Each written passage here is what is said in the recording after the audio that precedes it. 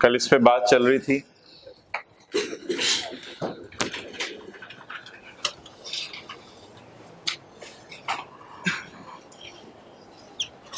कि लेसी में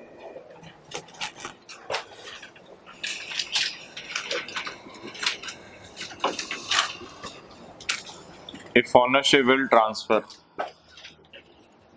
अगर ऑनरशिप ट्रांसफर होगी तो वो लीज पेमेंट की मद में डाउन पेमेंट देगा,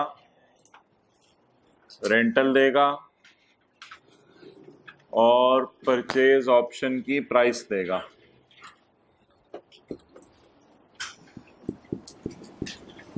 और इफ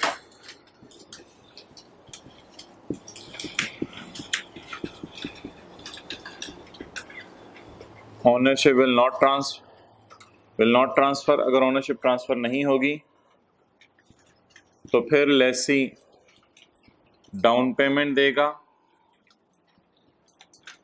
रेंटल देगा। मिसाल के तौर पे लीज टर्म 4 साल है और लाइफ 5 साल है।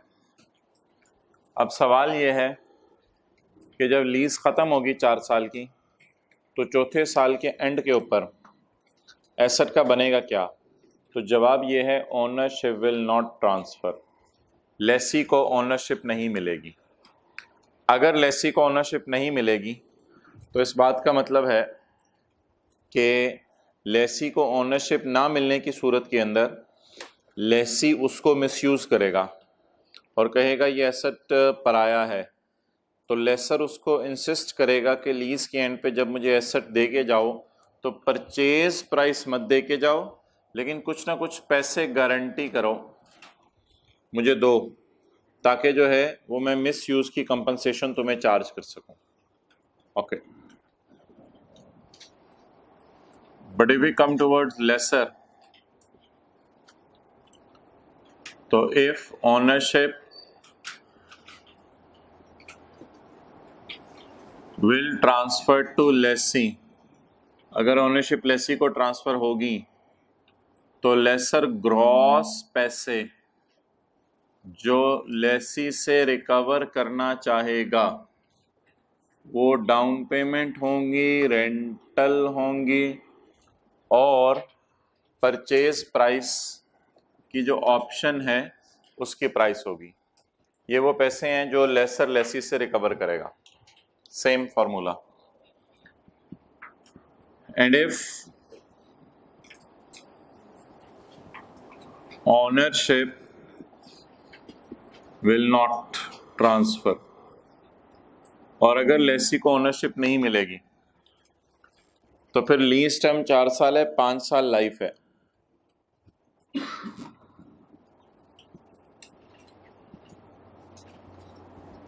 तो ऐसी सूरत में लेसर, बातें बाद में, ऐसी सूरत में लेसर क्या करेगा? लेसर जो है वो लेसी को इंसिस्ट करेगा कि मुझे डाउन पेमेंट दो, मे भी ना दो, डाउन पेमेंट से कोई फर्क नहीं पड़ता, 1 मिनट, मुझे आप रेंटल पे करें और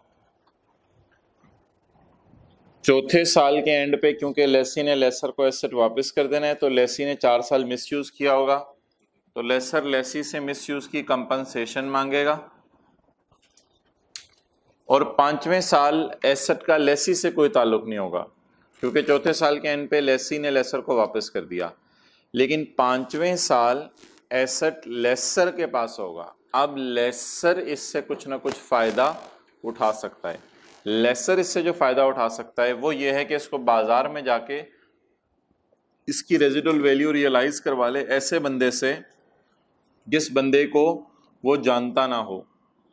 बहरहाल यूजीआरबी की डेफिनेशन में कुछ और चीज़ें भी हैं। फ़िलहाल बाज़ार में जाएगा और ऐसे बंदे से रेजिडुअल वैल्यू रियलाइज़ करवाएगा जिसने उसको पहले से गारंटी नहीं की होगी और उसको एसेट बेच के आ जाएगा।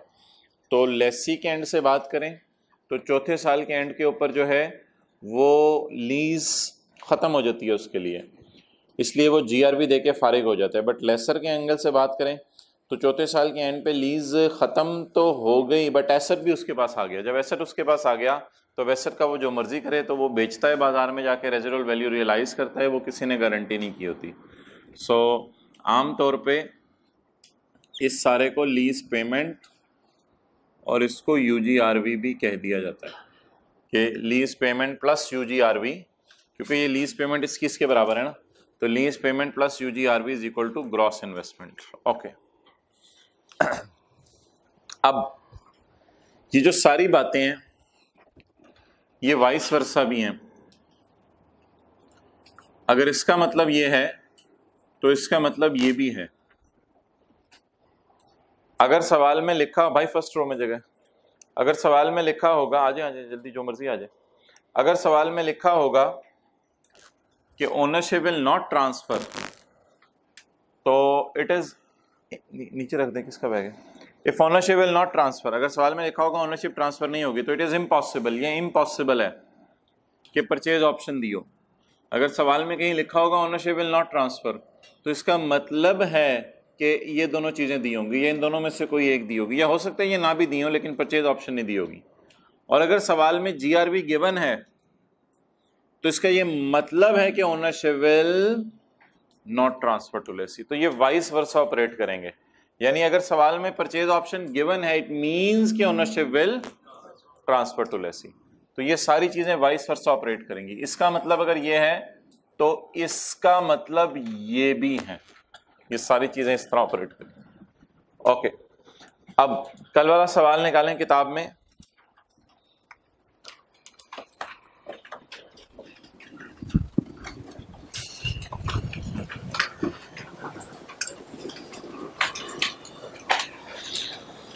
सवाल निकाल के एसेट की लीज टर्म बताएं।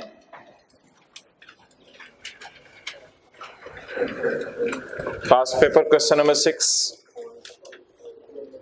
4 साल और उसकी useful life.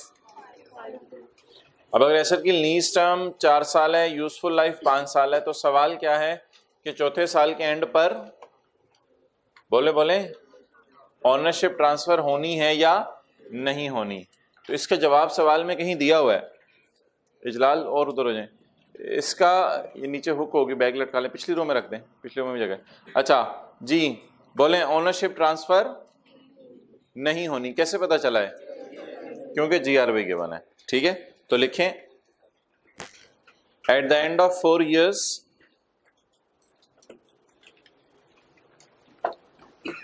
at the end of 4 years lessee will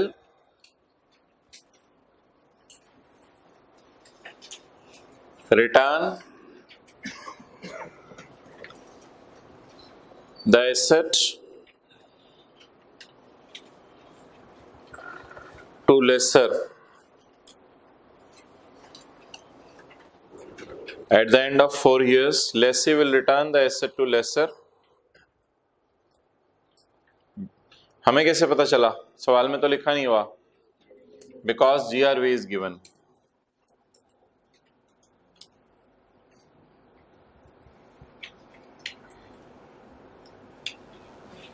आगे आ जाए, सेकंड रो में आ जाए।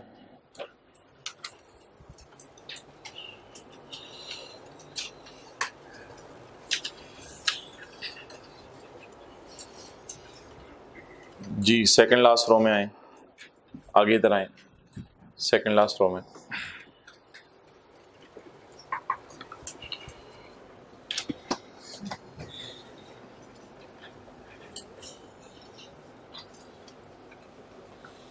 ओके, होमवर्क वाला सवाल कितने नंबर से हो गया था? ओके, परचेज ऑप्शन को उसी तरह डिस्काउंट करना था जिस तरह जीआरवी को डिस्काउंट करना है। ये लिख लें, GRV, UGRV and purchase option price will always be given at the end of lease term। ये सारी फिगर्स लीज के एंड पे गिवन होंगी। Purchase option, GRV and UGRV will always be given at the end of lease term। ये lease term के and पे given होंगी। Third row में आए इधर,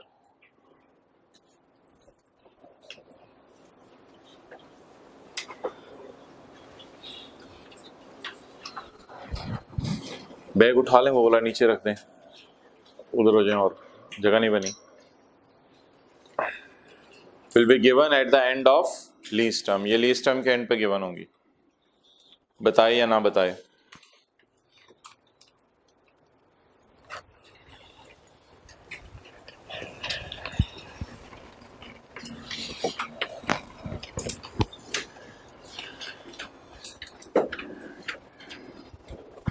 ओके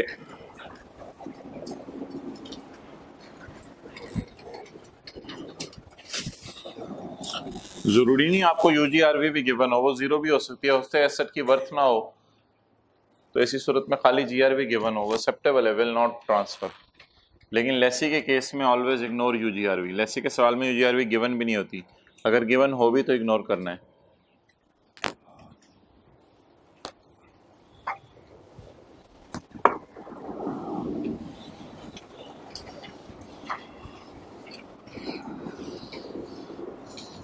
ओके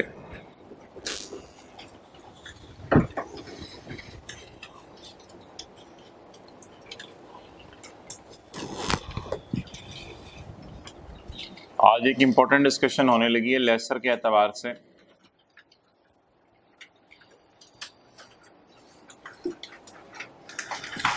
लेसर की बुक्स में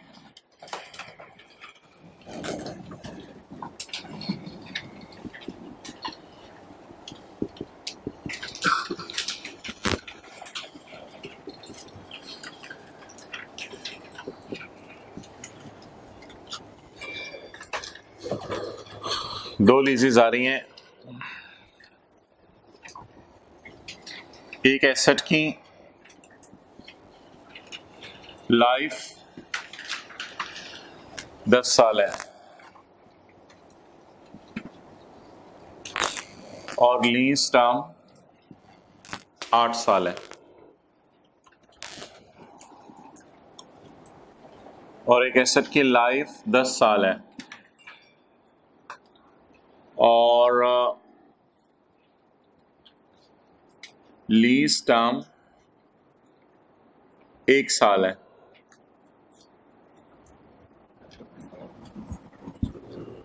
तो एक सवाल अराइज होगा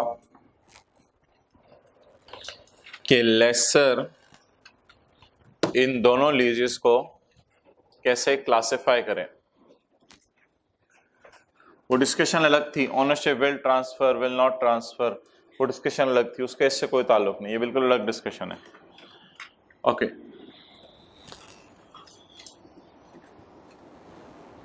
क्या मैं इसमें कह सकता हूं लेसर हैज ट्रांसफर्ड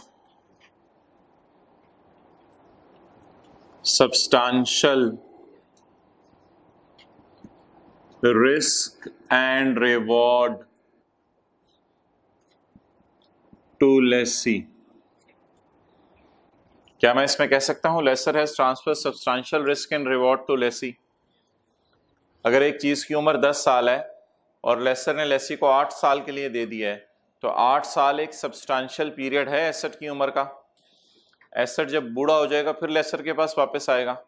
8 साल एसेट की उम्र, 8 साल, कितने सूरज निकलेंगे, कितने डूबेंगे, कितनी शामें आएंगी, कितने दिन आएंगे, वो 8 साल मुसलसल लेसी इसको इस्तेमाल करेगा। और इस एसेट की उम्र कितनी है? 10 साल। तो क्या ये कहा जा सकता है lessor has transferred major risk, 8 साल के रिस्क लेसर ने किसको दे दिए हैं, और 8 साल तक इसके रिवॉर्ड्स भी कौन एंजॉय करेगा? लेसी। इट मींस, इससे लग रहा है, it means lessor has sold the asset. इसका मतलब है लेसर ने एसेट क्या कर दिया है? बेच दिया, बेच ही दिया एक तरह का। एक चीज की उम्र जो है वो 10 साल है, लेसर ने 8 साल के लिए दे दिया किसी को, तो एक किस्म का लेसर ने बेच ही दिया। आखिरी 2 साल उसने इसका क्या करना है?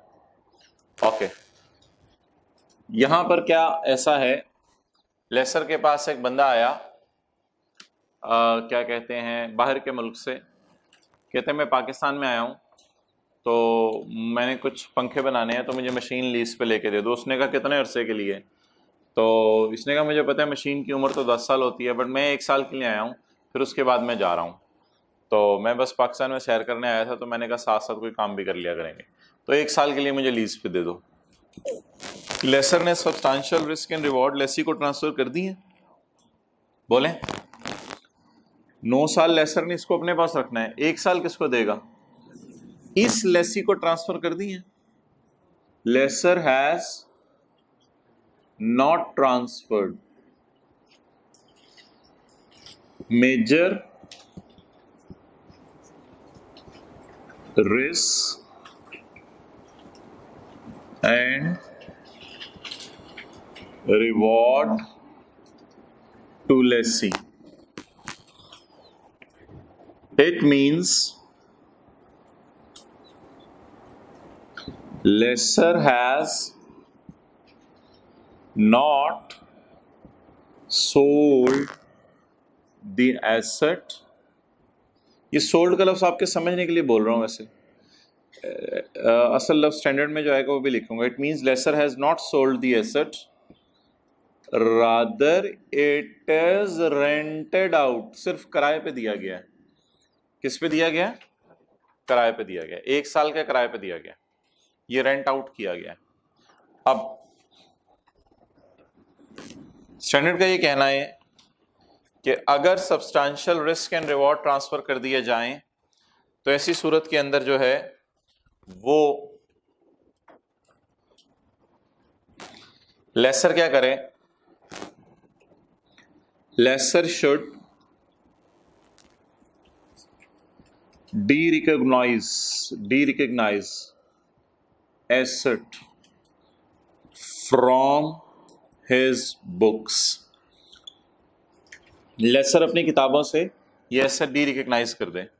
ये एंट्रीज आपने की हुई हैं, asset debit, cash credit,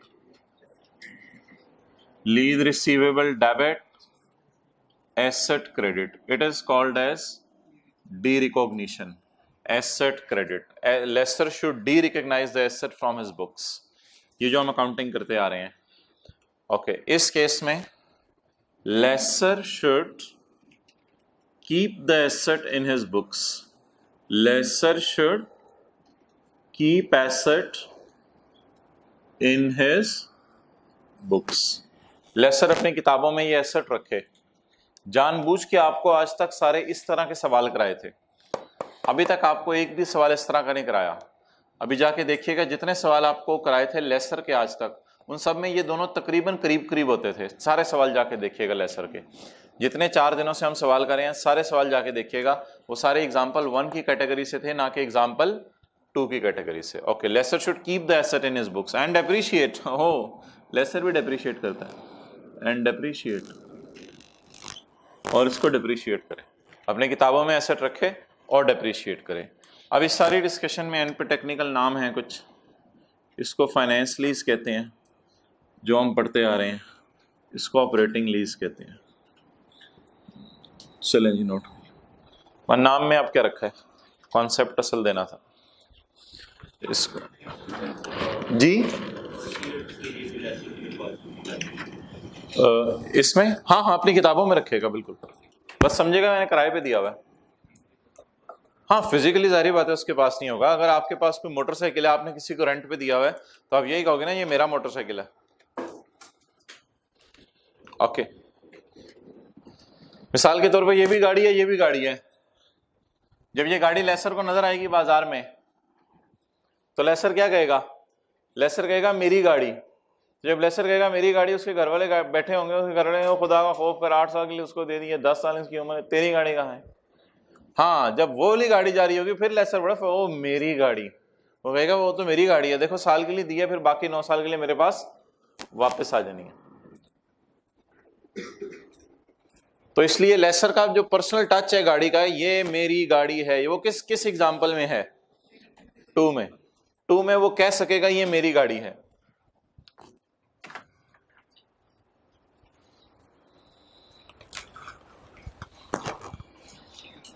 okay जी, ये ऑफ करना है भाई, ऐसी थोड़ी देर के लिए ऑफ कर दो। हम्म।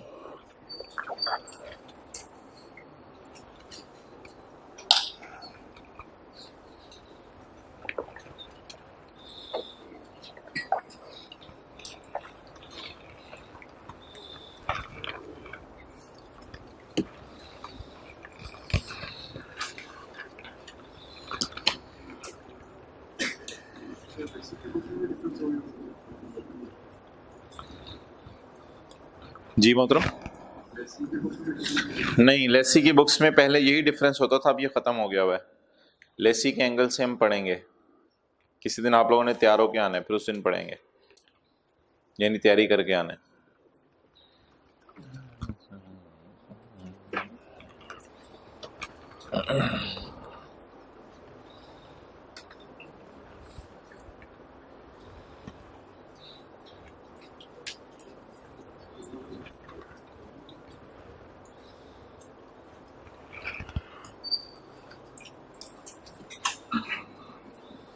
भाई लैपटॉप लेके आओ जरा, ऑन करके।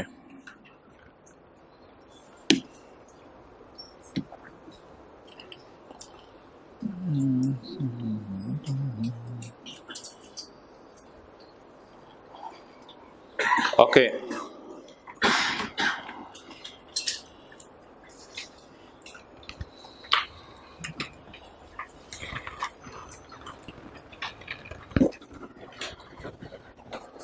जी जी मैं उसकी तरफ। अच्छा मुझे ये बता दें कि क्या क्राइटेरिया पता चला है जिसकी बेस पे डिसाइड करना है कि ये एसेट लेसर ने बेच दिया, इस इधर उर्दू में लिखें, बेच दिया है, तकरीबन बेच दिया है। इसको सोल्ड का लफ्ज स्टैंडर्ड में नहीं लिखा हुआ, स्टैंडर्ड में लिखा हुआ substantial risk and reward transfer हो गया। आपके समझने के लिए कह रहा हूं, बेच दिया है, किराए पे दिया है, इसके ऊपर लिखे किराए पे दिया है।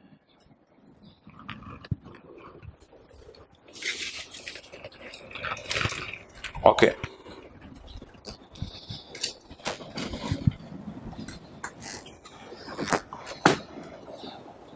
अच्छा जी, एक लेसर है, एग्जाम्पल 3 का डेटा वैसे ही आपके सामने लिख रहा हूं, आपने नोट नहीं करना। एक लेसर है, उसने गाड़ी इंपोर्ट की है,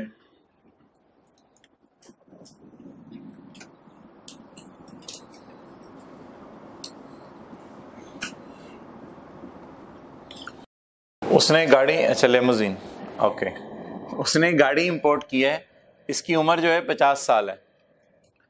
गाड़ी ने कहा 50 साल बाद मैं चीख मार के मर जाऊंगी गाड़ी। अब भाई गए, भाई ने कहा मेरी शादी है, 4 घंटे, 4 घंटे के लिए किराए पे दे दें। अब लेसर कहेगा मैंने तो गाड़ी बेच दी, बोले कल ये भाई जाएंगे, 4 घंटे के लिए मुझे दे दें किराए पे। नहीं, अगले दिन ये नहीं जाएंगे, अगले वीकेंड पे आ जाएगा, फिर अगले सैटरडे को फिर ये जाएंगे, भाई इस हफ्ते मैं इंशाल्लाह। तो आप बताएं ये लेसर जो है इस लीज को क्या कहेगा? उम्र 50 साल है और 4 घंटे के लिए किराए पे दे रहा है, तकरीबन बेच दिया ना? नहीं, यस सर, माशाल्लाह। इनको छोड़ें, आप लोग इधर देखें। नहीं मान, lessor has not transferred substantial risk and reward to lessee, बल्कि lessor has not at all transferred the risk and reward to lessee. It means the lessor has not sold the asset, rather it is just rented out. इसलिए ऐसी दुकानों के बाहर लिखा होता है rent a car, rent a car का business है, तो वो रेंट अ कार, गाड़ी किराए पे देते हैं। तो बहुत सी ऐसी लीजेस हैं जो हो रही हैं, उसमें होता तो लीज एग्रीमेंट है, लेकिन that is not a lease. हाँ लीज तो इसको कहते हैं, लेकिन इसको ऐसी लीज नहीं कहते जिसमें एसेट बिक गया है, इसको ऐसी लीज कहते हैं जिसमें एसेट किस पे दिया है? किराए पे दिया। It was another example of operating lease, rent a car का बिजनेस। ओके जी जी, एक जी जी जी जी जी जी मैं इसकी तरफ आ रहा हूं, वेट।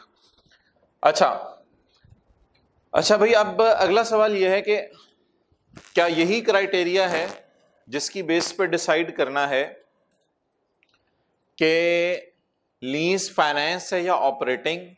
तो जवाब है नो। सिर्फ एक क्राइटेरिया नहीं है। फॉर लेसर ये कितने टेस्ट लगा के हमने देखा है कि लीज फाइनेंस है या ऑपरेटिंग है? एक टेस्ट लगा के। और वो टेस्ट में किसको किससे कंपेयर किया है? अच्छा, for lessor we will not apply this single test. ये सिंगल टेस्ट तो समझाने के लिए लगाया था। We will not apply this single test, rather we will apply 5 tests. Then जैसे मरीज है ना, मरीज का एक टेस्ट करके उसको कह दिया भाई तुझे कैंसर है, खुदा का खौफ करो यार क्या हो गया है। तो कम से कम उसके कितने टेस्ट करें? 5 टेस्ट करें, ब्लड टेस्ट करें, फला फला फला फला, उसके बाद कहीं जाके उसको हम बताएंगे भाई तुझे ये चीज है या नहीं। तो बीमारी ये है, इस लेसर को ये बीमारी होगी हुई है। अब अगर लेसर को ये बीमारी है तो ये डिसाइड कैसे करना है ये बीमारी है या नहीं, उसके लिए एक टेस्ट काफी नहीं है। ये सिर्फ खून का टेस्ट किया आपने, अभी आपने लेसर को मशीन से गुजारना है और बहुत से टेस्टों में से पास कराना है उसे। तो ये बात याद रखिएगा, ये बीमारी है, ये कैंसर है, ये कैंसर नहीं है। अच्छा, for lessor we will not apply this single test, rather we will apply 5 test. If answer to anyone, किसी एक का भी, is yes, then it is finance lease। फिर ये कौन सी लीज है? Finance lease. वो भी अप्लाई, ये सारी बातें समझते हैं, अभी बस लिख लें। अगर किसी एक टेस्ट में भी जवाब यस आ गया तो इसको कौन सी लीज कहेंगे? फाइनेंस लीज कहेंगे। वो 5 टेस्ट अभी देखते हैं।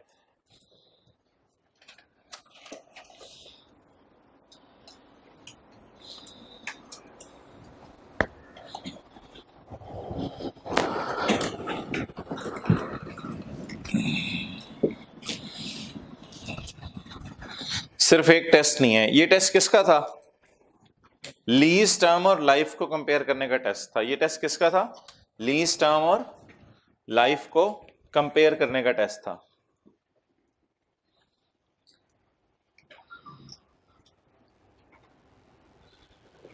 पहले ये 5, 10, 6, अच्छा ऐसे करना, इनके ना पेज नंबर भी 1 2 3 4 कर दो, पेज नंबर आगे पीछे हुए हैं नीचे, ठीक है। लेकिन पेज नंबर ये नहीं कि सारे के अलग अलग पेज नंबर देने हैं, ठीक है।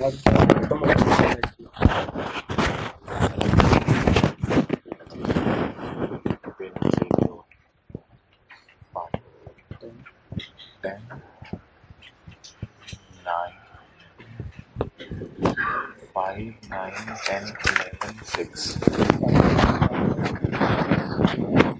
प्रिंट ला निकाल के दिखाओ मुझे एक सेट मेरे लिए।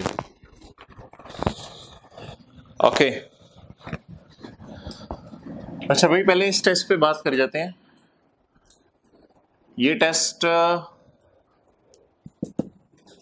कैसे लगा करेगा? इस टेस्ट का क्राइटेरिया है, ये वाला जो टेस्ट है इसका क्राइटेरिया है 75%।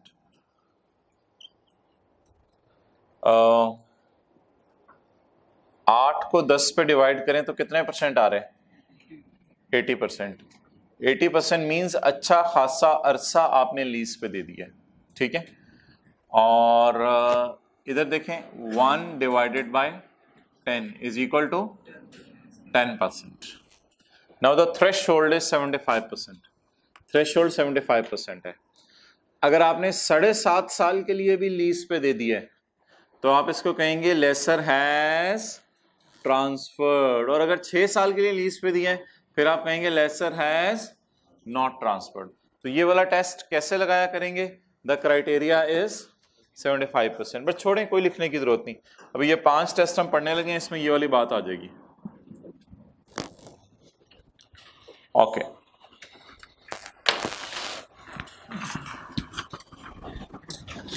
ये 5 टेस्ट क्या हैं इनको आप पढ़ लेते हैं।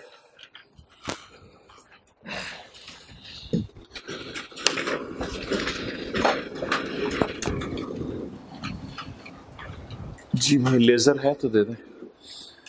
Lecture 8 new concept, classification of lease from point of view of lessor. ये क्लासिफिकेशन लीज की लेसर के पॉइंट ऑफ व्यू से है, ना कि लेसी के पॉइंट ऑफ व्यू से। From the point of view of lessor. A finance lease.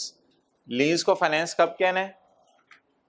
If it, बोले बोले, इफ इट ट्रांसफर्स अच्छे खासे risk and reward incidental to owner, यानी ओनरशिप से जुड़े हुए, इंसिडेंटल जुड़े हुए, incidental to ownership to lessee, to lessee, transfer risk to lessee, transfer risk to lessee, transfer reward to lessee. जी बताएं भाई, बताएं मोबाइल वाले भाई, बताएं कहां पे ट्रांसफर हो रहे हैं रिस्क एंड रिवॉर्ड लेसी को? एग्जांपल 1 में। Okay.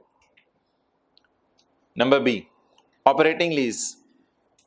If it does not transfer substantially all risk and reward incidental to ownership to lessee, अगर ओनरशिप के साथ जुड़े हुए रिस्क एंड रिवॉर्ड लेसी को ना ट्रांसफर किए जाएं, then it is called as operating lease. Okay, ये डेफिनेशन है जो स्टैंडर्ड में दी हुई है, लेकिन स्टैंडर्ड को खुद एहसास हुआ कि ये डेफिनेशन इतनी वाजे नहीं है, तो कुछ इंडिकेटर्स डाल देते हैं जिनसे पता चल जाया करे कि लीज फाइनेंस है या ऑपरेटिंग। ओके, ABCDE के नीचे देखें एक लाइन लिखी हुई है, if answer of any of the above is yes, if answer of any of the above is yes, किसी एक का आंसर भी यस हो जाए, if answer of any of the above is yes, आगे क्या लिखा हुआ है? Lease will be a finance lease, lease finance lease हो गया। हम समझेंगे लेसर ने एसेट को दे ही दिया है, किसको दे दिया है? लेसी को दे दिया। अब ये लेसर के एसेट नहीं है, अब ये लेसी इसको एंजॉय करें। इसमें अभी हमने सिर्फ टेस्ट नंबर सी पढ़ा है, वो पढ़ लें। Lease term is for major part of economic life of asset. बोलें नहीं, इधर आपने यस और नो बोलने। Lease term is a major part of life. Okay, lease term is for a major part of life? No, lease term major part नहीं है life की, ठीक है।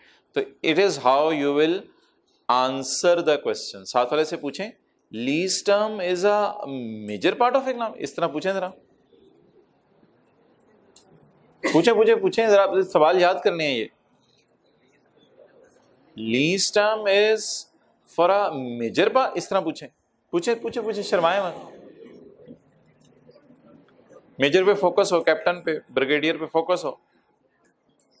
लीज टर्म इज अ, यानी कि खाना भी खा रहे हो, घर वाले आके बैठे, अम्मी lease term is a major part of economic life, lease term economic life का मेजर पार्ट है।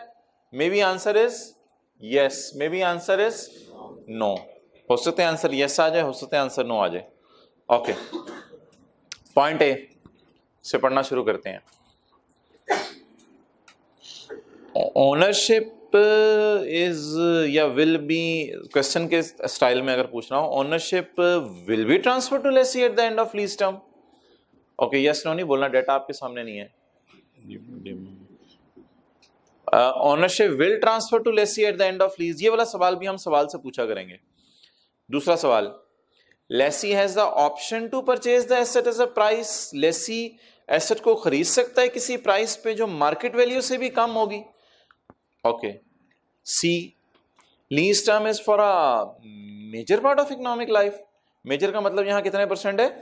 75%। ब्रिगेडियर होता तो फिर 100% होता। Okay, D, present value of lease payment is तकरीबन equal to fair value.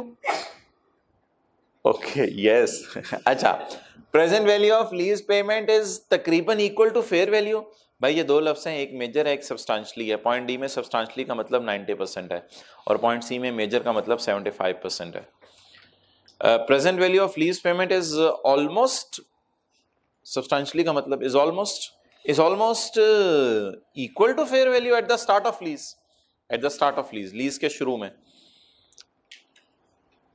Point ही आपने पूरा नहीं पढ़ना, leased asset is of special nature. भाई इस सवाल का जवाब हमेशा आगे छोड़ दें, अभी फिलहाल सिर्फ इतना अंडरलाइन कर लें, leased asset is of special nature लिखें, आंसर इज ऑलवेज नो। इस सवाल का जवाब हमेशा नो हुआ करेगा। Leased asset is of special nature तो लिखें its answer will always be no, इसका जवाब हमेशा नो हुआ करेगा। एक्सेप्ट कोई स्पेशल सर्कमस्टांसेस हो जहां पर आपको लग रहा हो कि एसेट बहुत ही स्पेशल नेचर का। स्पेशल नेचर का एसेट क्या होता है, ये जरा सुन लें। स्पेशल नेचर का एसेट क्या होता है? आमतौर पे आपने क्या एज्यूम करना है, एसेट स्पेशल नेचर का नहीं है, साथ वाला भी नॉर्मल है तो एसेट भी नॉर्मल होता है, कोई स्पेशल एसेट नहीं होता, साथ वाला चांद से होकर नहीं आया हुआ। ओके, स्पेशल नेचर का एसेट क्या होता है? मिसाल के तौर पे एक एसेट है जो एटम बम बनाने के काम आता है। अब वो एसेट बाजार में नहीं बिक सकता कि जी अब्दुल कदीर भाई कुछ लोगों को लेके आए, भाई ये एसेट हम बाजार में बेचने के लिए लाए हैं और किसी ने एटम बम बनाने हैं घर में बना लिया करे, लुट मची हुई। तो अब उस एसेट को कौन सा एसेट कहेंगे? स्पेशल नेचर का एसेट कहेंगे। वो एसेट अगर अब्दुल कदीर भाई बाहर के मुल्क से लीज पे मंगवाएं तो फिर अब्दुल कदीर, अब अगर उस एसेट की उम्र 50 साल है और अब्दुल कदीर भाई ने 10 साल के लिए मंगवाया है तो बाकी 40 साल के लिए बैंक के लिए भी किसी काम का नहीं है, बैंक ने भी उसको कुछ नहीं करना, एज्यूमिंग कि वो बाहर नहीं वापस जा सकता। अब चाहे उस एसेट की उम्र 50 साल है लेकिन मंगवाया 10 साल के लिए, बट स्टिल बैंक कहेगा मैंने अब्दुल कदीर को ये एसेट दे ही दी है। वाई? यहां तो 50 और 10 में बड़ा गैप है, लेकिन why? Because asset is of and it is of no use to anyone in the Pakistan for remaining 40 years। ये बाकी 40 साल के लिए पाकिस्तान में किसी के काम का नहीं है। अब अगर उसकी उम्र 50 हो और 10 साल उसकी जो है लीज टर्म हो, फिर भी बैंक कहेगा मैंने ये एसेट बेच ही दिया है, मैंने ये एसेट बेच ही दिया है, क्योंकि इसके बाद मुझे इस एसेट से कोई बेनिफिट अवेल नहीं होना। तो एसेट स्पेशल नेचर के नहीं होते मेरे भाई।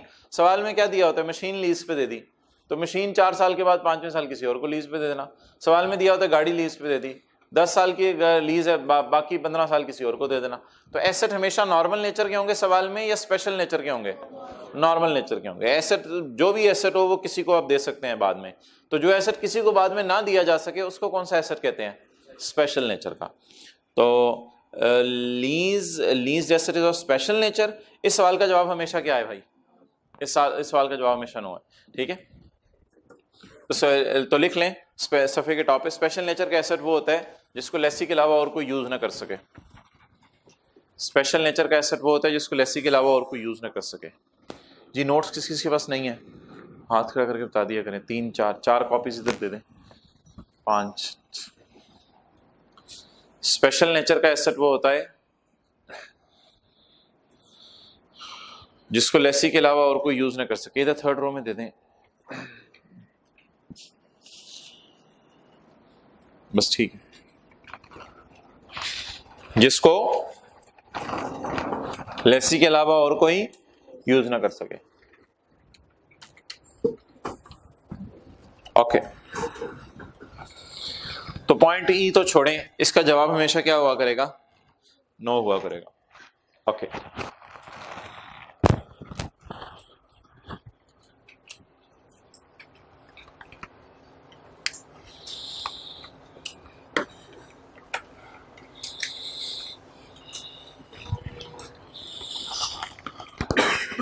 ओके जी। अप्लाई these tests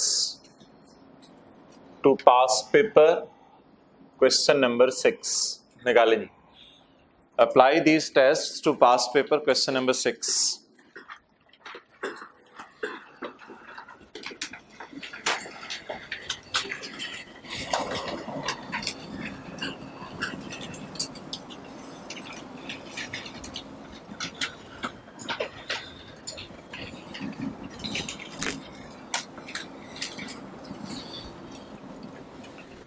जी, जब तक के सवाल में बताना दे एसेट कभी भी स्पेशल नेचर का नहीं होगा। जब तक के सवाल में बताना दे एसेट कभी भी स्पेशल नेचर का नहीं होगा।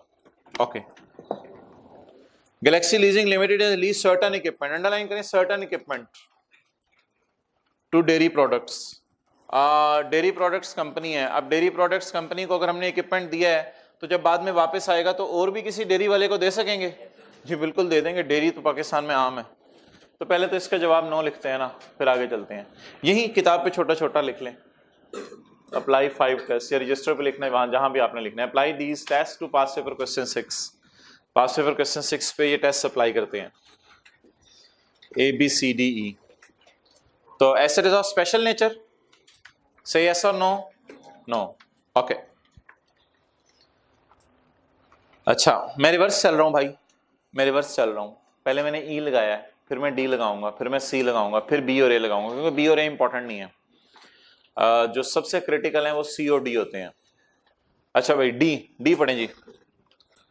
Present value of lease payments is substantially equal to fair value. Present value of lease payment is substantially equal to fair value. Okay, present value lessor तो नेट इन्वेस्टमेंट कहता है ना इसको। तो प्रेजेंट वैल्यू बोलेंगे कितनी है? नेट इन्वेस्टमेंट कल निकाली थी, वो जो कैलकुलेशन करके निकाली थी 28.69। अच्छा जी, सवाल में आ जाए। ये आपने कहां से देखा 28.69? वर्किंग वन से देखा है मेरे ख्याल से, जो वर्किंग वन कल की थी लीज पेमेंट्स वाली, जिसको ग्रॉस इन्वेस्टमेंट और वो कहते हैं, वहां से देखा है। अच्छा सवाल में आए, फेयर वैल्यू गिवन है, सवाल में फेयर वैल्यू गिवन है, कॉस्ट ऑफ इक्विपमेंट जितने का बाजार से खरीदा, तो बाजार से फेयर वैल्यू भी खरीदा होगा, तो what is the fair value? 28.69। तो बता दें लेसर ने बाजार से ये सब खरीदा कितने में? 28.69। ओके, अब मुझे बता दें लिखा क्या हुआ है, जरा पढ़े इंग्लिश पॉइंट डी की।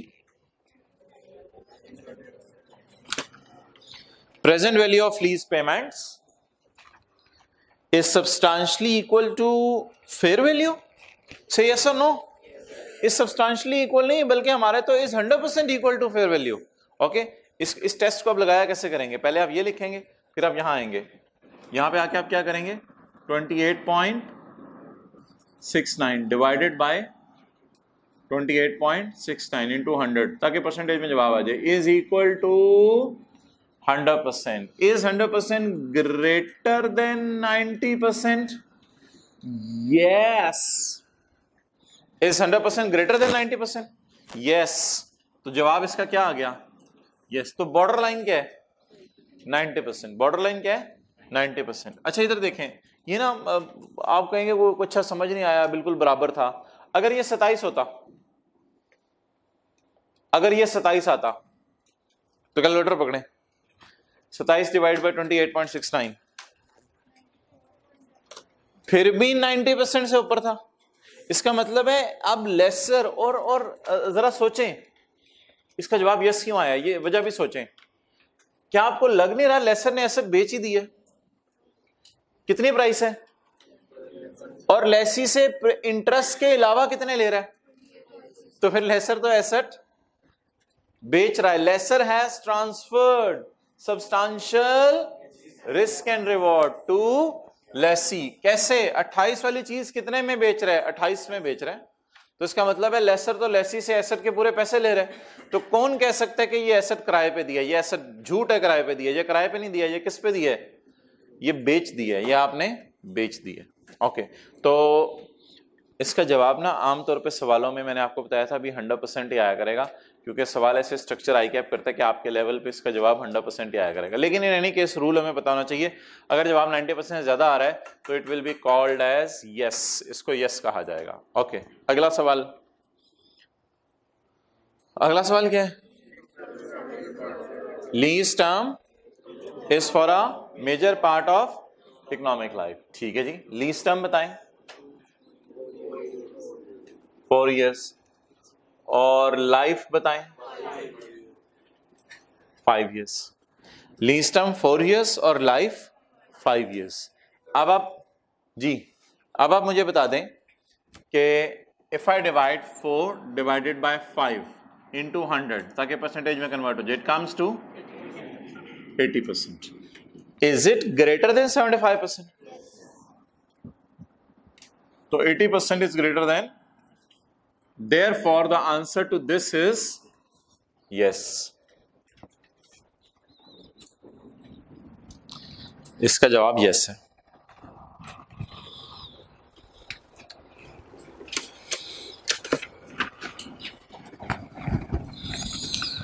Okay, lessee has the option to purchase the asset at a price which is lower than fair value at the end of lease.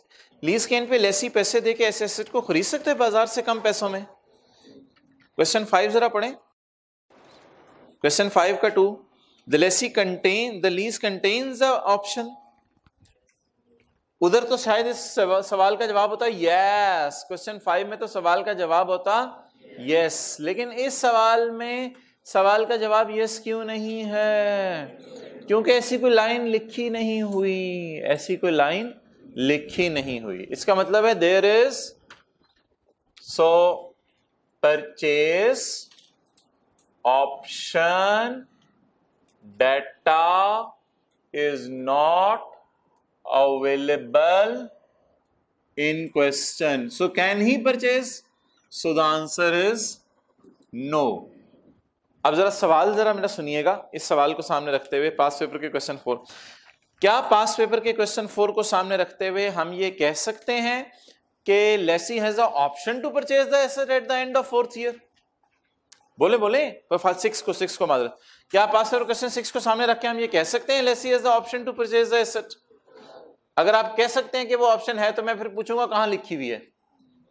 अब आप कहेंगे कहीं नहीं लिखी हुई, it means there is no purchase option. तो इसका जवाब क्या आ गया? नो। ओके, पांचवा टेस्ट लगाएं जी। पांचवा टेस्ट लगाने से पहले एक बात पढ़ लें जो आपको मैंने लिखवाई थी, वो पांचवें टेस्ट के लिए ही लिखवाई थी। पांचवा मींस पहला टेस्ट। पहला टेस्ट लगाएं, जीआरबी गिवन है, उसका मतलब क्या है? एट द, वो तो कल बता दिया था, at the end of 4 years lessee will return the asset to lessor. अब पढ़ें जरा क्या लिखा हुआ है सवाल। Ownership will be transferred to lessee at the end of lease term.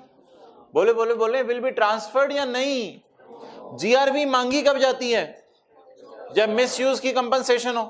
तो मिस यूज की कंपनसेशन तभी मांगी जाएगी जब लेसी ये एसेट किसको वापस कर देगा। तो बताएं ownership will be transferred to lessee. A और बी में ना थोड़ा सा फर्क है।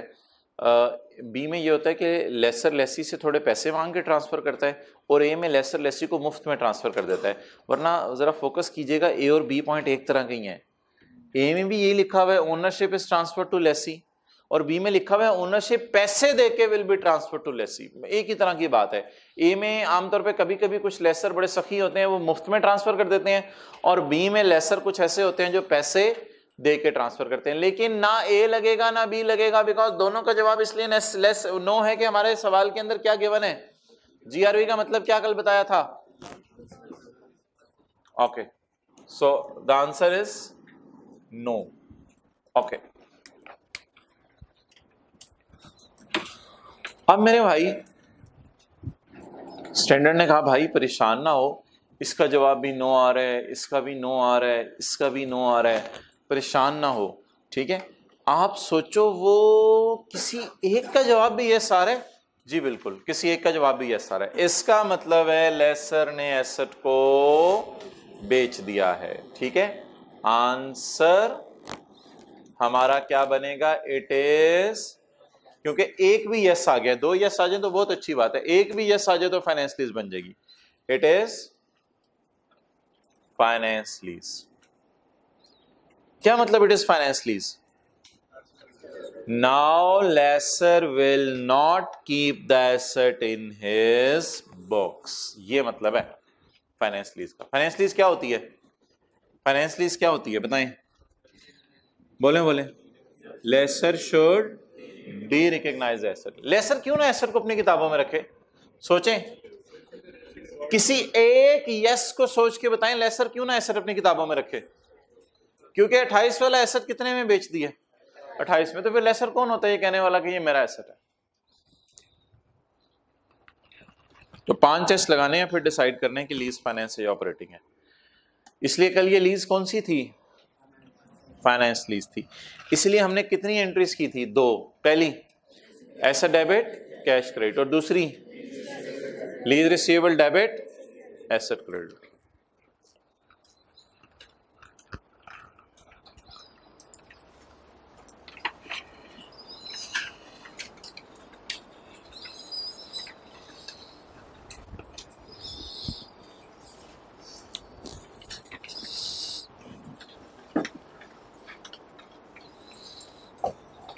ओके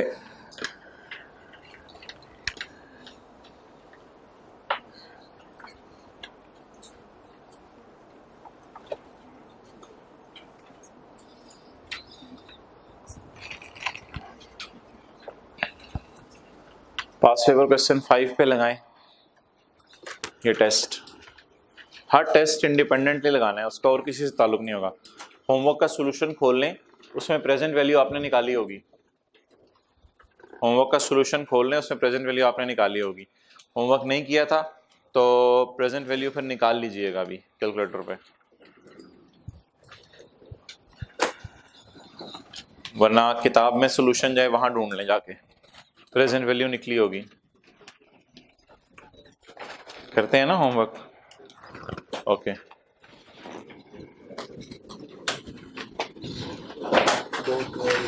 क्या चीज? वो बाकी हो रहे अगर ये चाहिए तो हाँ ठीक है, हाँ ठीक है। ये 1 क्यों लिखा हुआ है? तो गलती से आ गया। हाँ ठीक है यार, इसके नीचे वो फुटर लगा रहने दो, लाइन लंबी इस तरह लगी हुई थी, और पेज नंबर आ जाए। हाँ नहीं आज कुछ नहीं कराना, ये फोटोकॉपी के पास रखवाएंगे। हाँ अभी एक सेट बना के मुझे दिखाओ ना।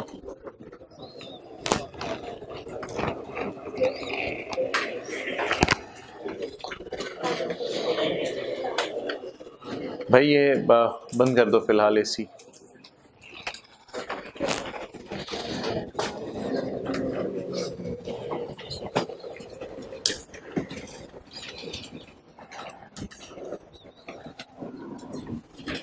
जल्दी करें।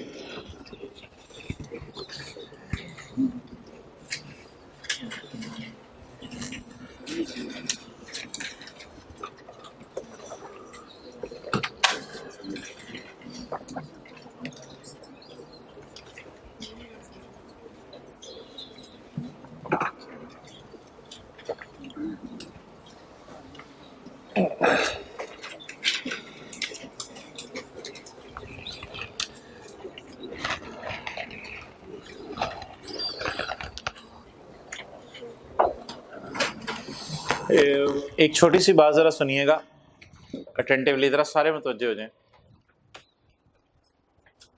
जो पुराने लोग थे ना, पुराने, जब ये लीज का स्टैंडर्ड नहीं था, वो सिर्फ ये टेस्ट लगाया करते थे। वो सिर्फ ये टेस्ट लगाया करते थे और वो गलत डिसीजन लेते थे। सुने कैसे? इधर देखें देखें। पुराने लोग ये करते थे, वो लीज जब शुरू होती थी ना, बस एक सवाल सोचते थे, चौथे साल के एंड पे क्या क्या होना है जी? ये चौथे साल के एंड पे जी ये होना है, लेसी ने एसेट आके हमें दे देना है, 5वें साल एसेट लेसर के पास रहेगा। वो कहेंगे अच्छा चौथे साल में लेसी ने वापस कर देना है, तो फिर तो ये एसेट ओनरशिप ट्रांसफर नहीं होनी, तो फिर ये एसेट लेसर का ही है, लेसर अपनी किताबों में रखे। तो पुराने लोग सिर्फ ये टेस्ट लगाते थे और इस सवाल का जवाब आता था नो। पुराने लोग पूछते थे at the end of 4th year lessor will take the asset back, जवाब आता था यस, या ownership will transfer to lessee, जवाब आता था नो। यही मतलब है ना इस बात का। वो सवाल पूछते थे चौथे साल के एंड पे लेसी को एसेट मिल जाएगा, जवाब आता था नो। इसलिए वो लोग कहते थे ये एसेट लेसर का है और लेसर इसको अपनी किताबों में रखे। स्टैंडर्ड ने कहा भाई एक टेस्ट लगा के तो ना डिसाइड करो। खैर है, इसका जवाब नो आ रहा है, कोई मसला नहीं, इसका भी जवाब नो आ रहा है, कोई मसला नहीं। जरा देखो तो सही कि लेसर ने एसेट के साथ सलूक क्या किया है। तो डीप डाउन जाके पता चला कि लेसर ने तो एसेट के सारे पैसे लेसी से रिकवर कर लिए। अब चाहे लेसर ने सारे पैसे लेसी से रिकवर कर लिए और चौथे साल के एंड पे वापस भी ले रहा है वापस, माने चौथे साल के एंड पे वापस भी ले रहा है, फिर भी हम यही कहेंगे ये एसेट लेसर ने तकरीबन एक तरह का बेच ही दिया है, and it is called as finance lease. पुराने लोग सिर्फ पहले 1-2 टेस्ट लगा के डिसाइड कर लिया करते थे कि ये एसेट लेसर ने बेच दिया या नहीं। नए स्टैंडर्ड ने कहा नहीं भाई कितने टेस्ट लगाओ, 5 टेस्ट लगाओ फिर डिसाइड करो। आप जरा सोचो किसी एक बात से भी आपको लग जाए कि लेसर ने एसेट बेच दिया है तो बेच ही दिया है। किसी एक बात से लग रहा है आपको लेसर ने एसेट बेच ही दिया है। बहुत सी बातों से लग रहा है नहीं बेचा नहीं बेचा नहीं बेचा, लेकिन किसी एक बात से लग रहा है कि बेच दिया। किस एक बात से लग रहा है कि 28 वाली चीज 28 में दे दी है, बाकी उससे इंटरेस्ट इनकम लेगा वो। क्लियर?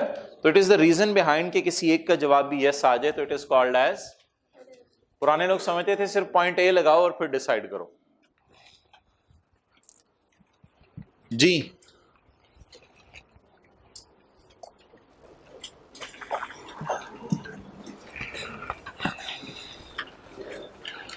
हो गया जी।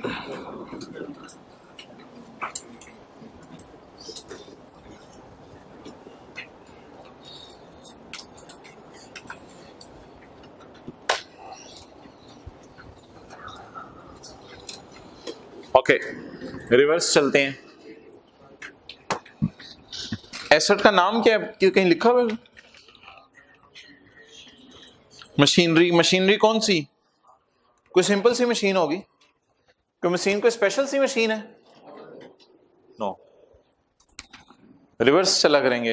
D present value. Present value कितनी आ रही है पता नहीं, मैंने तो होमवर्क नहीं किया था, आप लोगों ने किया हो।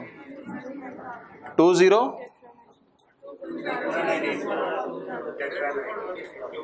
2 सवाल रुपीस के अंदर गिवन है और फेयर वैल्यू भी एसेट की गिवन है। ओके क्या आ रही थी? 209988। अच्छा fair value 21000000।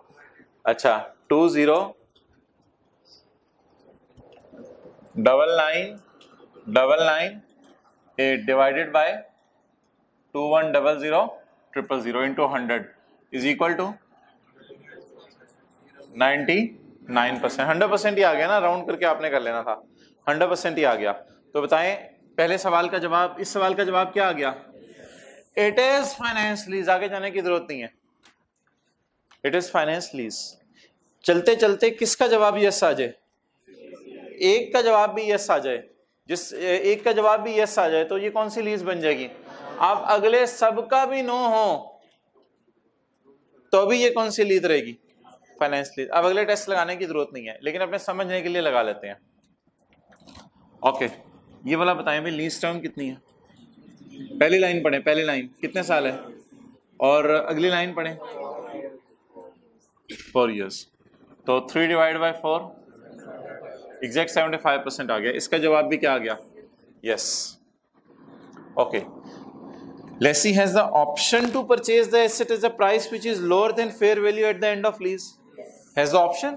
Yes, he has the option. और उस ऑप्शन की वजह से ओनरशिप भी ट्रांसफर हो जाएगी लीज के एंड पे। इसको भी यस लिख सकते हैं आप, कोई मसला नहीं। उसकी वजह से ओनरशिप भी ट्रांसफर हो जाएगी क्योंकि उसके पास ऑप्शन है। तो हाई चांस क्या है कि ऑप्शन को क्या करेगा? एक्सरसाइज करेगा। तो इसमें ज्यादा स्ट्रॉन्ग एविडेंस है कि ये फाइनेंस लीज है? नहीं नहीं नहीं, ऐसी बात नहीं है। बस एक का जवाब भी यस आ जाए, उससे बड़ा स्ट्रॉन्ग एविडेंस कोई नहीं है। ये नहीं कहना कि ये बहुत स्ट्रॉन्ग बातें हो गई हैं, ये तो पक्की फाइनेंस लीज है और पिछली नहीं थी। नहीं नहीं नहीं, नहीं। बस एक भी यस आ जाए, ये स्ट्रॉन्गेस्ट एविडेंस है कि ये फाइनेंस लीज है। फाइनेंस लीज मींस नहीं नहीं, एसेट इज सोल्ड का स्टैंडर्ड ने यूज नहीं किया। सफे के टॉप पे आए, finance lease means it transfer substantially all risk and reward to lessee. तकरीबन सारे रिस्क एंड रिवॉर्ड हमने किसको दे दिए हैं? आपके समझने के लिए मैं इसे सेल कह रहा हूं। ओके आए जी पेज नंबर 1 पे। पेज नंबर 1 पे सवाल दिया हुआ है, क्वेश्चन नंबर 1। अगले सफे पे आए। रिक्वायरमेंट क्या है? क्लासिफाई करें ये लीज फाइनेंस है या। क्वेश्चन नंबर 2 क्या है? नहीं नहीं, क्वेश्चन नंबर 2 क्या है नीचे नेपच्यून वाला? ये भी यही है। क्लासिफाई करें लीज फाइनेंस है या ऑपरेटिंग। अच्छा, आंसर 1 की जगह खाली है, तो अब आप ऐसा करें, आंसर इसी के ऊपर सॉल्व करेंगे क्वेश्चन 1 का। क्वेश्चन 1 पिछले सफे पे है, आंसर 1 का फॉर्मेट पेज 2 पे है। तो डिसाइड करेंगे लीज फाइनेंस है या ऑपरेटिंग। सवाल पढ़ते जाएं, रिवर्स शुरू कर दें ई से। पहले सवाल पढ़ें, क्वेश्चन 2 कुछ लोग पढ़ रहे हैं, मैं कह रहा हूं क्वेश्चन 1 पढ़ना है। पेज 1 पे आके, पेज 1 पे क्वेश्चन 1 पढ़ना है और अगले सफे के दरमियान में इसके सॉल्व करने के लिए बॉक्स दिया हुआ है। पहले पढ़ लें तसल्ली से पूरा सवाल।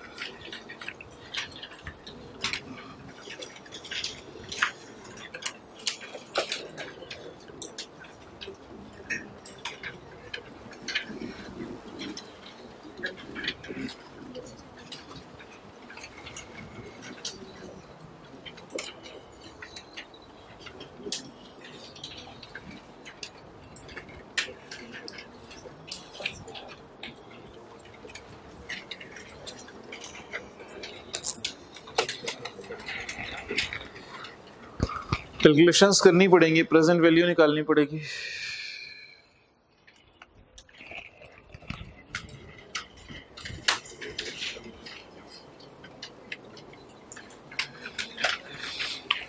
जी, date of commencement of leases 1 जनवरी 2005।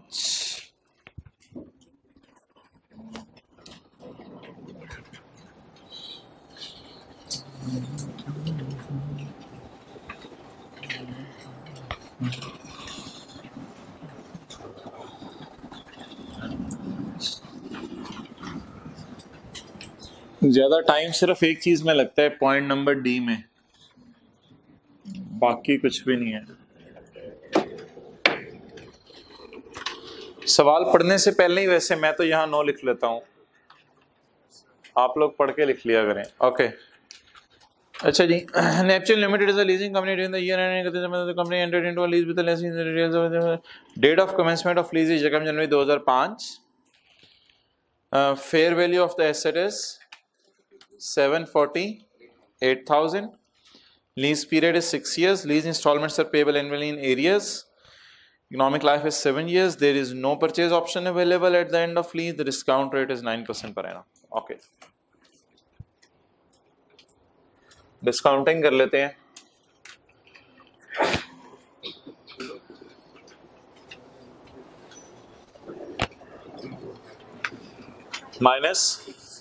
-6 divided by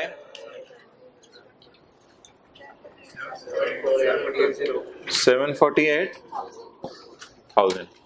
It is present value. Okay. What is present value? It is calculated through working. Fair value सवाल में देखें,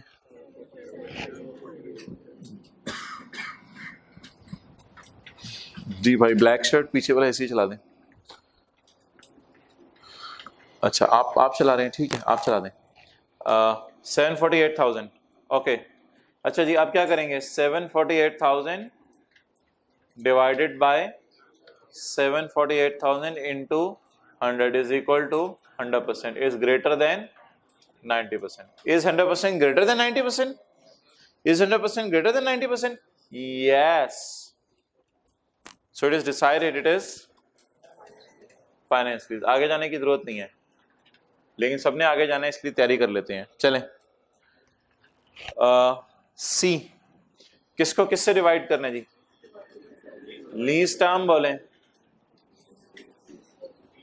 6 years और life 7 years. 6 divided by 7 into 100 is equal to 85% approximately, 86%. Is 85% greater than 75%? Yes. G point F में आए. Is there any purchase option available at the end of lease? No. अच्छा कहीं लिखा हुआ 6 साल के एंड पे ये एसेट लेसी को मिल जाएगा, परचेज ऑप्शन भी नहीं है, मुफ्त में भी नहीं मिलेगा। थोड़ा ए और बी में थोड़ा सा ये फर्क है, बी का मतलब होता है पैसे दे के मिल जाएगा, ए का मतलब होता है पैसे दिए बगैर मिल जाएगा।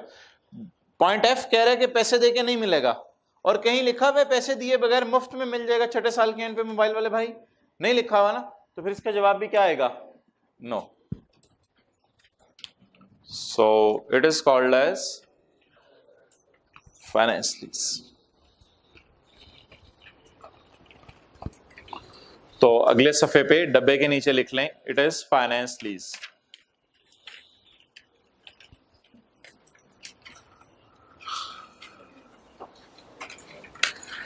कंक्लूजन की जगह छोड़ी हुई है ना, कंक्लूजन की जगह छोड़ी हुई है, थोड़ा देखा करें, होश में रहा करें। It is called as finance lease. आगे लिखें, सो फाइनेंस लीज होगी तो इसका मतलब क्या हुआ करेगा, सादा आपकी जबान में, so lessor will not keep the asset in his books. Keep नहीं करेगा, पहले रिकॉर्ड तो किया उसने, रिकॉर्ड करके डी रिकॉग्नाइज कर देगा। So lessor will not keep the asset in his books. अच्छा भाई आपके समझने के लिए इसकी एंट्रीज नीचे कर दी हुई हैं। तो पहली एंट्री क्या हुई होगी, एसेट डेबिट, और दूसरी will not keep the asset in his books. जहां आपने लिखा है उससे एरो खींच के दूसरी लाइन की तरफ ले आए ताकि आपको पता चले will not keep the asset in his books का मतलब क्या है। ये मतलब है इसका, will not keep the asset in his books. Okay, question 1 और 2 में कोई फर्क नहीं है। क्या फर्क है, नहीं क्वेश्चन 2 में ए से लेके जी तक क्या फर्क है, ए से लेके जी तक क्या फर्क है, कौन से पॉइंट में, सी में क्या लिखा हुआ है 3 years, उधर कितना था, तो 6 3 हो गया। खैर है, छोड़े पर क्या टेस्ट लगाना है, एक छोटी मोटी चीज आगे पीछे हुई है, एक छोटी सी चीज आगे हुई है, पूरा सवाल सेम है। देखिए नेपच्यून से लेके 31 दिसंबर 2005 तक सेम है, एक छोटा सा आगे हुआ है, क्या 6 की जगह क्या हो गया, छोड़े परे, बस ये भी फाइनेंस ही होगी। छोटी सी चीज से फर्क पड़ता है, छोटी सी चीज से भी फर्क पड़ जाएगा। ओके, पता नहीं फिर लोग फजर क्यों छोड़ते हैं, कहते हैं क्या फर्क पड़ेगा, अल्लाह ने क्या कहना, छोटी सी चीज से भी फर्क पड़ता है। ओके आगे चलें जी। अब छोटी सी चीज का फर्क डाल के देखते हैं क्या होता है। अच्छा भाई 3, जस्ट कीप इट 3 और देखें कैसे फर्क पड़ता है। हदीस में आता है जो एक नमाज छोड़ देता है, एक, उसका नाम जहन्नुम के दरवाजे पे लिख दिया जाता है, जिसमें से उसका दाखिल होना जरूरी है। ओके, इसके प्रेजेंट वैल्यू निकालें, बोलो बोलो बोलो। फॉर, चाहे वो बाजार हो, चाहे वो अपने किसी काम से गया हो, चाहे सफर में हो, 42207 078।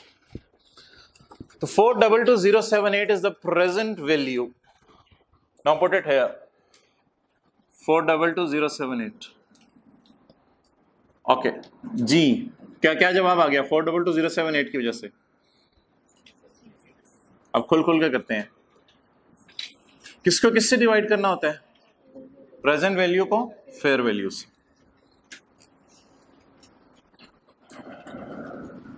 422 divided by 748,000 into 100 is equal to 56% is less than 70, नहीं यहाँ 90% इज लेस देन 90%। तो क्या 56% 90% से ज्यादा है? No no.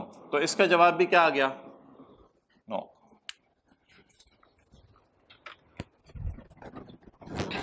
ओके, कम है। इसके लिए भी डब्बा बना हुआ है, कहीं खाली है जगह जी। लीस्ट टर्म बोलें 3 years। अच्छा जी, अब 3 divide by 7 into 100 is equal to 43%। 43% आ गया। 43% 75% से कंपेयर करें, 43% कम है। तो क्या मेजर लाइफ में ट्रांसफर कर रहे हैं या थोड़ा हिस्सा? Is lease term a major part? No, it is not a major part. Purchase option तो सवाल में नहीं है और कहीं नहीं लिखा हुआ कि एसेट लेसी को मिल जाएगा। ठीक है, बस साबित हुआ। Hence proved E is equal to MC square. Hence proved it is operating lease. ये कौन सी लीज है? ऑपरेटिंग लीज है। Lessor will keep the asset in his books. लिखें, lessor will keep asset in his books and will depreciate, और lessor इसको depreciate भी करेगा।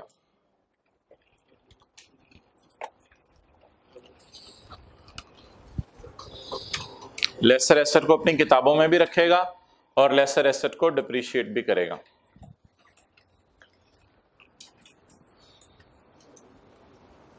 जब पांचों का जवाब नो आएगा, इसको कहेंगे ऑपरेटिंग लीज। और देखें कैसे, ये क्यों इसने किराए पे दिया है।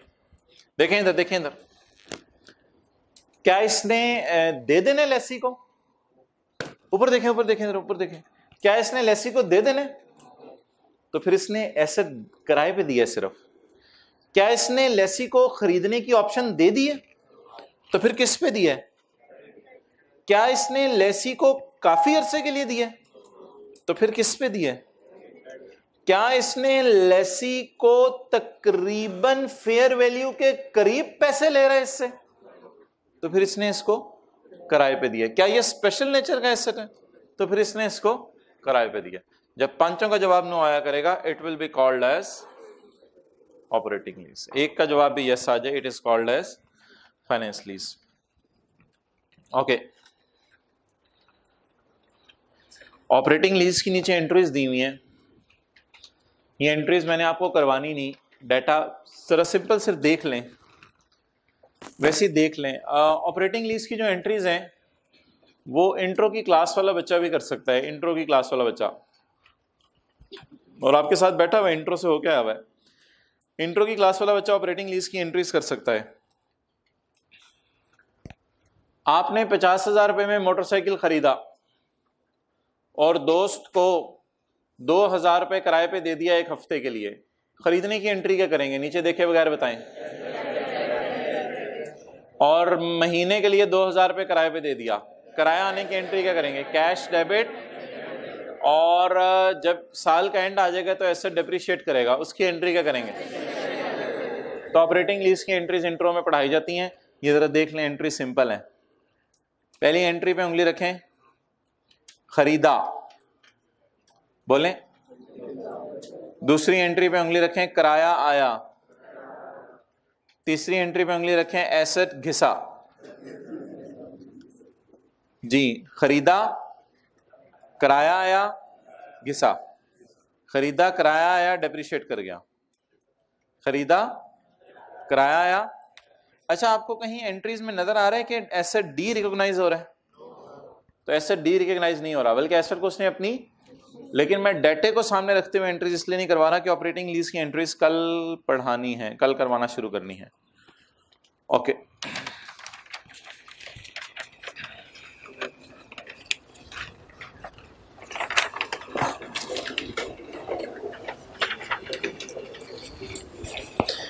जी, लेसर के एतबार से लीज कितने किस्म की हो गई? एक फाइनेंस और एक ऑपरेटिंग। 1-2 मिनट आप बातें कर लें, फिर डिस्काउंटिंग की रिवीजन शुरू करनी है।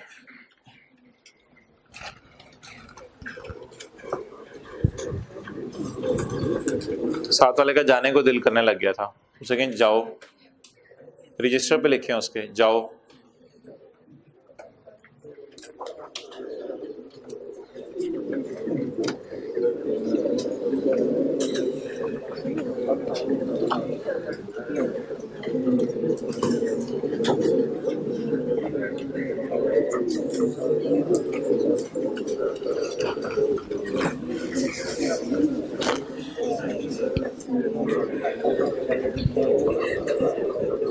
कल कहाँ थे?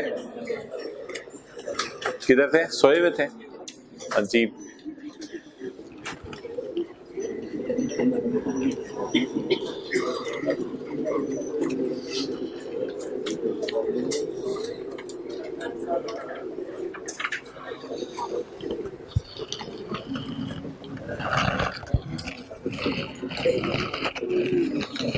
ओके, पेज नंबर 1 पे आए। पेज नंबर 1 पे सफ़े के दरमियान में बॉक्स बना हुआ है, difference in accounting treatment of finance and operating lease in the books of lessor. Operating lease पे हाथ रख दें, छुपा दें। पीछे क्या बच गई?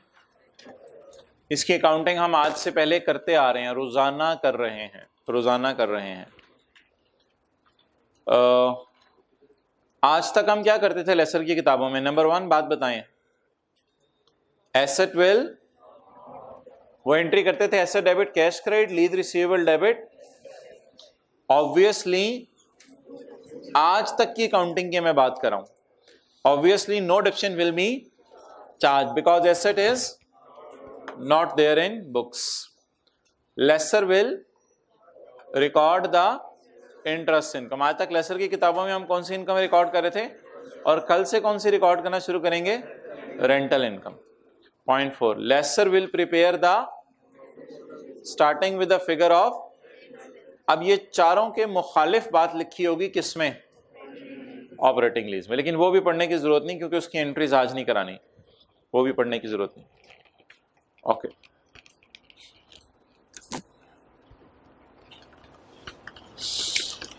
अच्छा जी, करें डिस्काउंटिंग की रिवीजन। डेटा लिखे, रजिस्टर पे लिख लें डेटा।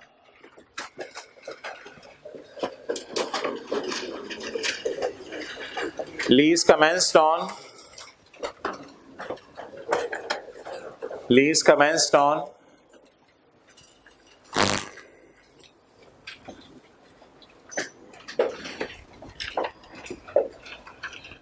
यकम जनवरी 15।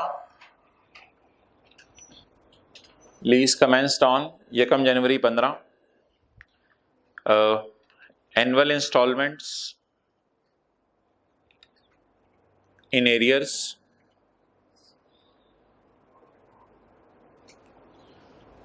₹30 each, ₹30 each. Lease term 6 years, lease term 6 years. Purchase option at end of lease is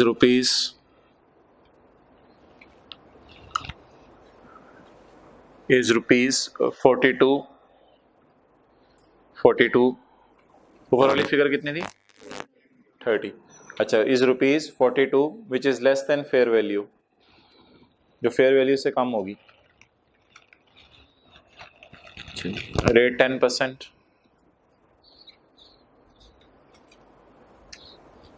चलें जी, प्रेजेंट वैल्यू निकालें।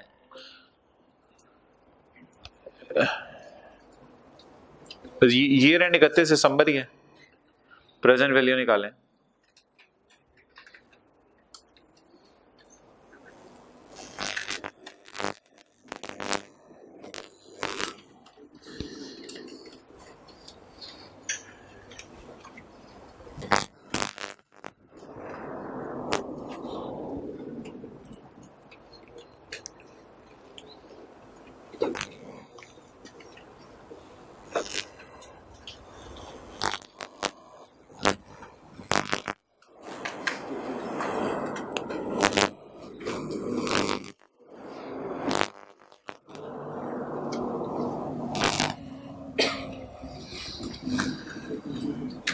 जी क्या ये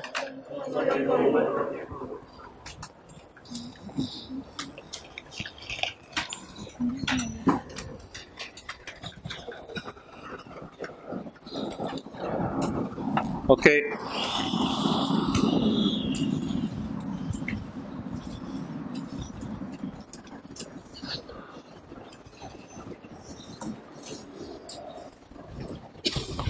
कितनी दफा 30 आएगा? दफा, दफा पंजाबी में दफा मीन्स n, ठीक है। कितनी दफा 30 आएगा? 6 दफा। मुसलसल आएगा, तो इसलिए फिर 30 पर कौन सा वाला लगाएं? एनओटी का 1 - 1.1 raise to power -6 divided by 0.1। ये क्या डिस्काउंट हो गया? 30। एनुअल रेंटल डिस्काउंट हो गए। क्या डिस्काउंट हो गए? Annual rental. ओके। 42 कितने सालों बाद आएगा? 6 सालों बाद, इसलिए इधर भी एन क्या लेंगे? 6। Okay, plus 42 into 1.1 raise to power -6। Grand total 154.37। जी कुछ लोग 121 बता रहे थे जी, कितनों का यही आया है? ओके, चलें जी question 2। Question 2, all data same but instalments in advance. जल्दी जल्दी, ये एक बड़ी अच्छी रिवीजन हो जाएगी आपकी सारी। अभी इसको सेमी एनुअल करेंगे, फिलहाल एनुअल पे रखें। All data same and instalments in advance. चलें,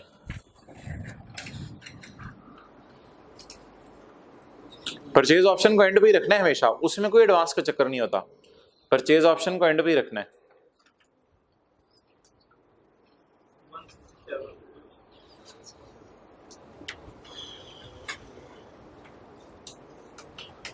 अच्छा जी,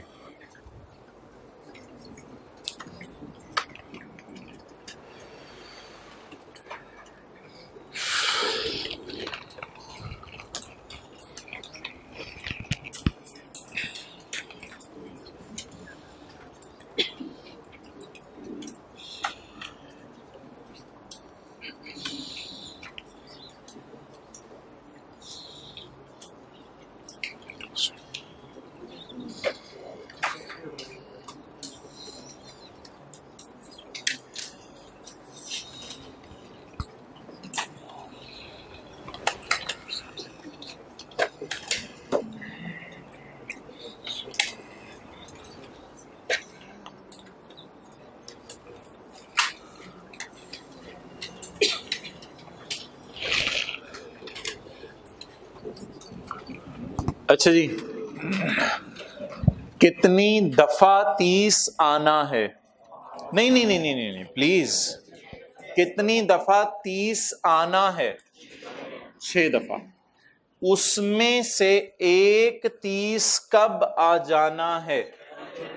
फौरन उसको लिख लें, वो वाला 30 ये हो गया। तो कितनी दफा 30 बचा? 5 दफा। n कितनी दफा 30 बचा? जी बोले। 30 into 1.1 raise to power minus divided by. अच्छा, अब दफा नहीं बोलना, अब साल बोलने।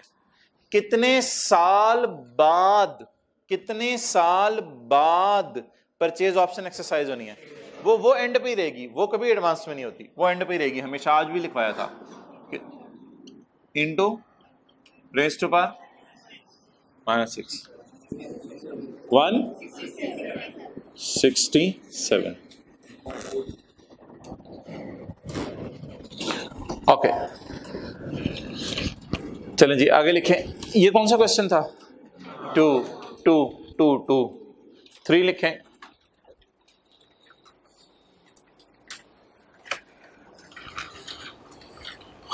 Continuing from question 1,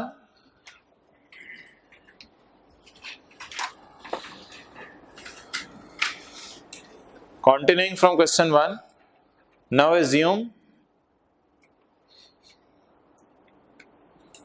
30 is paid semi-annually. Now assume 30 is paid semi-annually. Continuing from question 1. Continuing from question 1.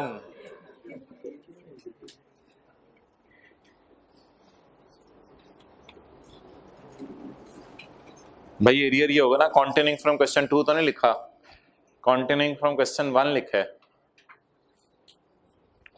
लेकिन ऊपर रेट 10% के साथ जाके लिख लें, वो पर एनम था। 1 को जाके अपडेट कर लें, 1 में जो रेट था 10% वो पर एनम वाला था।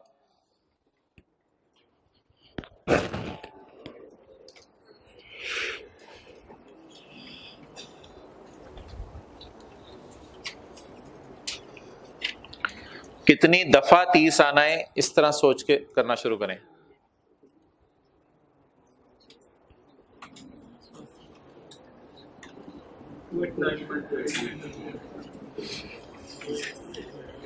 इसमें एक इशू आएगा जो मैंने क्लास में अभी तक कभी डिस्कस नहीं किया। एक छोटा सा इशू आएगा आपको परचेज ऑप्शन को डिस्काउंट करते हुए। दोनों तरीके से सही है, जिस तरह मर्जी आप कर लें। परचेज ऑप्शन ट्राई करें।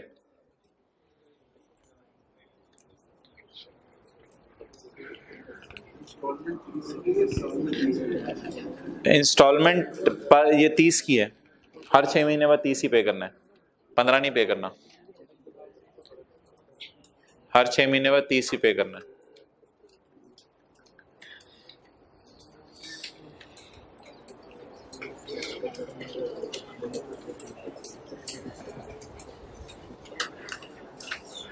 कंसिस्टेंसी रखिएगा रेट में।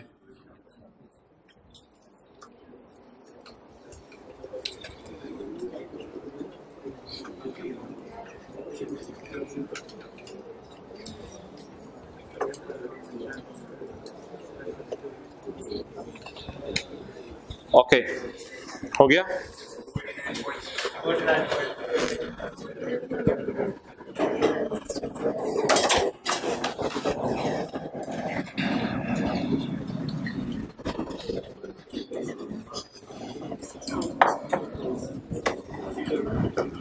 साल में कितनी दफा 30 आना है?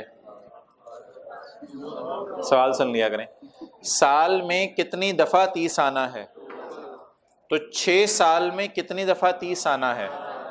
12 दफा 30 ही आना है। मैंने इंस्टॉलमेंट को कम नहीं करवाया। 1 - 1.05 रेज़ टू पावर -12।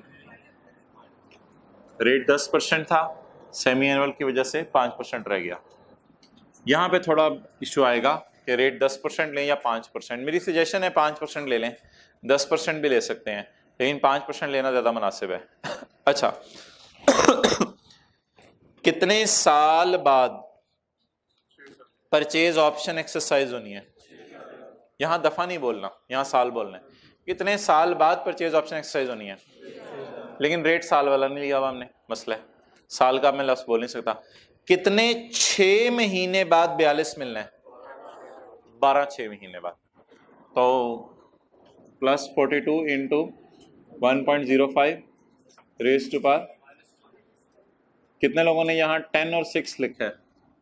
एक्सेप्टेबल है, लेकिन कंसिस्टेंसी रख लें, क्योंकि फिर शेड्यूल बनाएंगे तो आखिरी साल 5% लगाएंगे ना, फिर वो तो इसलिए मुनासिब है।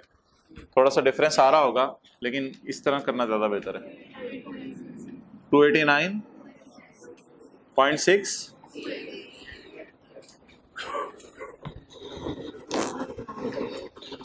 ठीक है, ओवर। ये तीनों कितने लोग ट्राई करेंगे? इस तीनों को ट्राई करना है। और आज होमवर्क नहीं है, आज करने का बहुत काम है। फाइनेंस और ऑपरेटिंग को समझने में आपने सारा टाइम लगाना है।